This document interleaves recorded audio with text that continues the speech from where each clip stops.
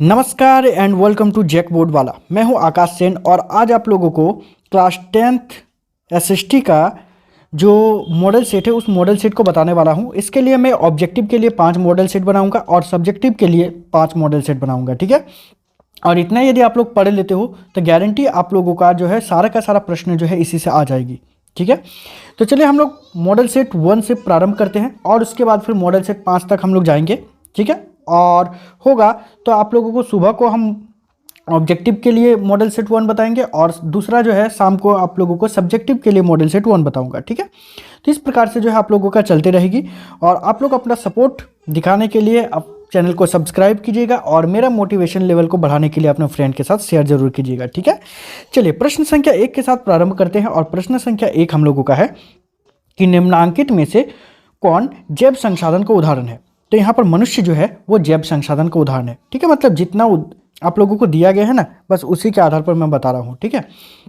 चलिए दूसरा प्रश्न पर यदि बात करें तो जो कह रहा है कि मानव जीवन की गुणवत्ता और विश्व शांति बनाए रखने के लिए संसाधनों का समाज में कैसे बंटवारा होना चाहिए। तो यदि बात किया जाए तो इन चारों ऑप्शन के हिसाब से तो न्याय संगत जो है वो समाज का बंटवारा होना चाहिए, ठीक है। प्रश्न संख्या यदि 3 पर बात करें तो प्रश्न संख्या 3 हम लोगों को बताया जा रहा है कि निकोबारी कबूतर किस जातियों की श्रेणियों में आता है। तो ये है स्थानिक जातियों की श्रेणी में आता है, ठीक है, स्थानिक जातियों के श्रेणी में। आगे यदि बात करें प्रश्न संख्या 4 पर, जिसमें हम लोगों को पूछा जा रहा है कि निम्नांकित में से कौन सुमेलित नहीं है। तो यहाँ पर जो 4 ऑप्शन दिया गया है इसके अनुसार जो है गंगा जो है ये सुमेलित नहीं है कि गंगा भाखड़ा नागल परियोजना, मतलब भाखड़ा नागल परियोजना जो है वो गंगा नदी पर चल रही है, ये जो इसका सुमेलित नहीं है, ठीक है। अगला प्रश्न पर यदि बात करें प्रश्न संख्या 5 पर, जिसमें हम लोगों से पूछा जा रहा है कि रवि फसलों को किस ऋतु में बोया जाता है। तो रवि फसल को जो है शीत ऋतु में बोया जाता है, ठीक है। अगला प्रश्न पर यदि बात करें तो अगला प्रश्न हम लोगों से पूछा जा रहा है कि चाय किस प्रकार की कृषि का उदाहरण है। तो चाय का यदि बात किया जाए तो रोपण कृषि का उदाहरण है, ठीक है ना।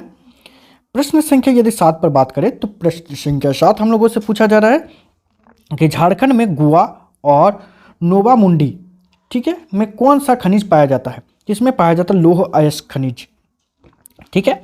प्रश्न संख्या यदि 8 पर आए तो 8 हम लोगों से पूछा जा रहा है कि निम्नांकित में से किसका परिवहन पाइपलाइन द्वारा होता है। तो पानी का भी होता है, कच्चा तेल का भी होता है और पेट्रोल उत्पाद का भी होता है। तो इसमें हो जाएगा इसमें से सभी, ठीक है। देखिए आप लोगों के लिए मैं इतना मेहनत कर रहा हूँ तो आपको बहुत कुछ पे नहीं करना है, ना तो आपको पैसा देना है ना ही कुछ, ऐसा कुछ नहीं करना है। बस आपको छोटा सा काम करना है कि चैनल को सब्सक्राइब करना है और मेरा मोटिवेशन लेवल को बढ़ाने के लिए अपना फ्रेंड के साथ वीडियोस को शेयर करना है, ठीक है। बस इतना छोटा सा काम आप लोग कर दीजिए, मेरा भी मोटिवेशन लेवल बढ़ जाएगा और आप लोगों के लिए और भी अच्छा अच्छा कंटेंट बनाता रहूँगा। तो इसीलिए आप लोग शेयर जरूर कीजिएगा, ठीक है। चलिए प्रश्न संख्या यदि 9 पर बात करें तो जिसमें हम लोगों से पूछा जा रहा है कि हमारे देश की 22 प्रमुख भाषाओं को संविधान की किस अनुसूची में रखा गया है। तो वो जो है 8वीं अनुसूची में रखा गया है, ठीक है। प्रश्न संख्या यदि 10 पर बात करें तो जिसमें हम लोगों को पूछा जा रहा है कि स्थानिक शासन व्यवस्था में कितना पद महिलाओं के लिए आरक्षित है। तो यदि बात करें स्थानिक शासन व्यवस्था में तो 1/3 पद जो है ये महिलाओं के लिए आरक्षित रखा गया है। प्रश्न संख्या 11 पर आए तो 11 हम लोगों से पूछा जा रहा है कि अमेरिका में नागरिक अधिकार आंदोलन कब हुआ। तो अमेरिका में नागरिक अधिकार आंदोलन जो है 1954 से लेकर के 1968 तक चला था। तो इसका आंसर हो जाएगा बी, ठीक है, मतलब बी नंबर ऑप्शन जो है ये सही हो जाएगा। प्रश्न संख्या यदि 12 पर बात करें तो 12 हम लोगों से पूछा जा रहा है कि भारत के राज्यों की विधानसभाओं में महिलाओं का प्रतिनिधित्व कितना फीसदी है। तो यदि विधानसभा में यदि बात किया जाए तो 5% से भी कम है, ठीक है। आगे यदि बात करें प्रश्न संख्या 13 पर तो प्रश्न संख्या 13 हम लोगों से पूछा जा रहा है कि इनमें से कौन से देश में द्विदलीय व्यवस्था है। तो यहाँ पर यदि बात किया जाए तो ये अमेरिका में है द्विदलीय व्यवस्था, ठीक है। आगे यदि बात करें प्रश्न संख्या 14 पर तो जिसमें हम लोगों से पूछा जा रहा है कि नेपाल में राजतंत्र को किस वर्ष समाप्त किया गया। तो किस वर्ष समाप्त किया गया था, तो ये हो जाएगा वर्ष 2008 को, ठीक है। आगे प्रश्न है हम लोगों का प्रश्न संख्या 15, जिसमें हम लोगों से पूछा जा रहा है कि बोलीविया में पानी के निजीकरण के खिलाफ आंदोलन की अगुवाई किस संगठन ने किया था। तो किस संगठन ने किया था, तो यदि बोलीविया का बात किया जाए तो फेडेकोर ने किया था, ठीक है। तो फेडेकोर जो संगठन है इसके द्वारा किया गया था। प्रश्न संख्या यदि 16 पर बात करें तो प्रश्न संख्या 16 हम लोगों से पूछा जा रहा है कि केरल में शिशु मृत्यु दर कम होने का एक कारण निम्नलिखित में से कौन सा था। तो केरल में जो शिशु मृत्यु दर जो है कम हुआ, तो इसके पीछे सबसे बड़ा कारण था कि शिक्षा एवं स्वास्थ्य जैसी मौलिक सुविधाओं की पर्याप्त उपलब्धता। ठीक है, इसके कारण जो है वहाँ पर शिशु मृत्यु दर में काफ़ी कमी हुई है। आगे प्रश्न पर बात करें, प्रश्न संख्या 17 पर, तो जिसमें हम लोगों से पूछा जा रहा है कि निम्नांकित में से किसे संगठित क्षेत्र में नियोजित कहा जा सकता है। तो किसे कहा जाता है, तो हम लोग कह सकते हैं कि बहुराष्ट्रीय कंपनी का स्थायी कर्मचारी को। ठीक है, देखिए आप लोग को लग रहा है कि सर आप सिर्फ ऑप्शन वाला बता रहे हैं, तो ऐसा बिल्कुल नहीं है। ठीक है, आप लोग शेयर यदि करोगे तो जितना भी सब्जेक्टिव टाइप का क्वेश्चन है जो एग्जाम में आने की संभावना है, मैं उन सभी को आप लोगों को बता दूंगा। इससे पहले तो मैंने कुछ वीडियोस अपलोड किया है, उसको आप लोग देख सकते हो, लेकिन साथ ही साथ और भी यदि आप लोगों को चाहिए ना, तो मैं आप लोगों के लिए 50-100 से भी ज़्यादा, यदि आप बोलोगे 50 वीडियो अपलोड कीजिए, 100 वीडियो अपलोड कीजिए, मैं इससे भी ज़्यादा वीडियो आप लोग के लिए अपलोड कर दूंगा। बस आप लोगों को अपने फ्रेंड के साथ शेयर करना है, ठीक है ना। देखिए अगला प्रश्न पर यदि बात करें तो जिसमें हम लोगों को पूछा जा रहा है कि रोजगार के अधिक अवसर उत्पन्न कराने के लिए या करने के लिए निम्न में से कौन से उपयोग किए जाते हैं।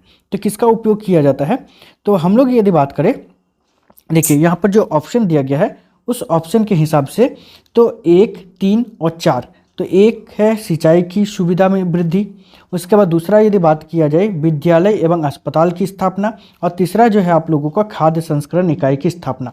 ये तीनों का स्थापना करके जो है हम लोग क्या कर सकते हैं, तो रोजगार के अधिक अवसर उत्पन्न कर सकते हैं। ठीक है, आगे यदि बात करें क्वेश्चन नंबर 19 पर, तो जिसमें हम लोगों से पूछा जा रहा है कि निम्नांकित में से कौन से एजेंसी भारत सरकार की ओर से करेंसी नोट जारी करता है। तो भारतीय रिजर्व बैंक द्वारा जो है जारी किया जाता है। ठीक है, प्रश्न संख्या यदि 20 पर बात करें तो प्रश्न संख्या 20 हम लोगों से पूछा जा रहा है कि राम और श्याम 2 छोटे किसान हैं जिन्होंने अलग अलग स्रोतों से 20,000 कर्ज लिया है। राम ने 1.5% ब्याज प्रतिमाह की दर से एक व्यापारी से कर्ज लिया है, जबकि श्याम ने यह कर्ज बैंक से प्रतिवर्ष 8% ब्याज पर लिया है। उपरोक्त आधार पर निम्नलिखित में से कौन सा कथन सत्य है। तो सिंपल सी बात है, यहाँ पर जो 4 ऑप्शन है तो उस 4 ऑप्शन के आधार पर हम लोग बात कर सकते हैं कि राम की हालत ज़्यादा खराब है क्योंकि वो ज़्यादा ब्याज दे रहा है। ठीक है, राम की हालत जो है वो ज़्यादा खराब होगा, क्यों, क्योंकि वो ज़्यादा ब्याज दे रहा है। ठीक है, अब बोलोगे सर ये तो 1.5% प्रतिवर्ष दिया, सॉरी प्रति माह दे रहा है। तो देखिए एक महीना में यदि 1.5% दे रहा है तो एक साल में क्या हो जाएगा, बहुत ज़्यादा हो जाएगा, लगभग 18% के आसपास, है ना। इसीलिए आगे यदि बात करें प्रश्न संख्या 21 पर, तो जिसमें हम लोगों से पूछा जा रहा है कि भारत सरकार ने सूचना का अधिकार मतलब RTI नामक कानून कब लागू किया। तो ये लागू किया था अक्टूबर 2005 को। ठीक है, प्रश्न संख्या 22 जिसमें हम लोगों से पूछा जा रहा है कि सरकार द्वारा अवरोधों अथवा प्रतिबंधों को हटाने की प्रक्रिया क्या कहलाती है। तो इसको कहा जाता है उदारीकरण। ठीक है, देखिए क्वेश्चन नंबर 23 पर यदि बात करें तो 23 नंबर पूछा जा रहा है कि अर्नस्ट रेनन या अर्नेस्ट रेनन किस देश के दार्शनिक थे। तो ये फ्रांसीसी दार्शनिक थे। क्वेश्चन नंबर 24 जिसमें पूछा जा रहा है फ्रांसीसी क्रांति कब हुई थी। तो फ्रांसीसी क्रांति हुई थी 1789। ठीक है, 1789 से 99 तक, मतलब 10 साल तक चला था। आगे बात करें कि यंग इटली भूमिगत संगठन के संस्थापक कौन थे। तो ज्यूसेप्पे मैत्सिनी जो थे इसके संस्थापक थे। प्रश्न संख्या यदि हम लोग बात करें 26 पर, तो जिसमें पूछा जा रहा है कि महात्मा गांधी दक्षिण अफ्रीका से भारत कब लौटे थे। तो जनवरी 1915 को लौटे थे। ठीक है, प्रश्न संख्या 27 पर बात करें तो जिसमें पूछा जा रहा है हम लोगों को कि पूना पैक्ट डॉक्टर भीमराव अंबेडकर एवं किसके मध्य हुआ था। तो डॉक्टर भीमराव अंबेडकर और महात्मा गांधी जी के मध्य हुआ था। ठीक है, प्रश्न संख्या यदि हम लोग 28 पर बात करें तो प्रश्न संख्या 28 हम लोगों को पूछा जा रहा है कि 1890 के दशक में रिंडरपेस्ट नामक बीमारी किस देश में बहुत तेज़ी से फैली थी। तो ये अफ्रीका में जो है बहुत तेज़ी से फैला था। यदि बात करें प्रश्न संख्या 29 पर, तो 29 में हम लोगों से पूछा जा रहा है कि निम्नांकित में से कौन देश मित्र राष्ट्र के पाले में था। तो ये था ब्रिटेन। ठीक है, आगे यदि बात करें प्रश्न संख्या 30 पर, तो जिसमें हम लोगों से पूछा जा रहा है कि स्पिनिंग जेनी मशीन किसके द्वारा बनाई गई थी। तो ये जेम्स हरग्रीव्स द्वारा बनाया गया था। ठीक है, तो ऐसे ही यदि आप लोगों को और भी वीडियोस चाहिए तो आप लोग चैनल को सब्सक्राइब कीजिएगा और मेरा मोटिवेशन लेवल को बढ़ाने के लिए अपने फ्रेंड के साथ शेयर भी कीजिएगा। ठीक है, तो इस वीडियो में इतना ही, मिलते हैं नेक्स्ट वीडियो में, तब तक के लिए बाय, थैंक यू।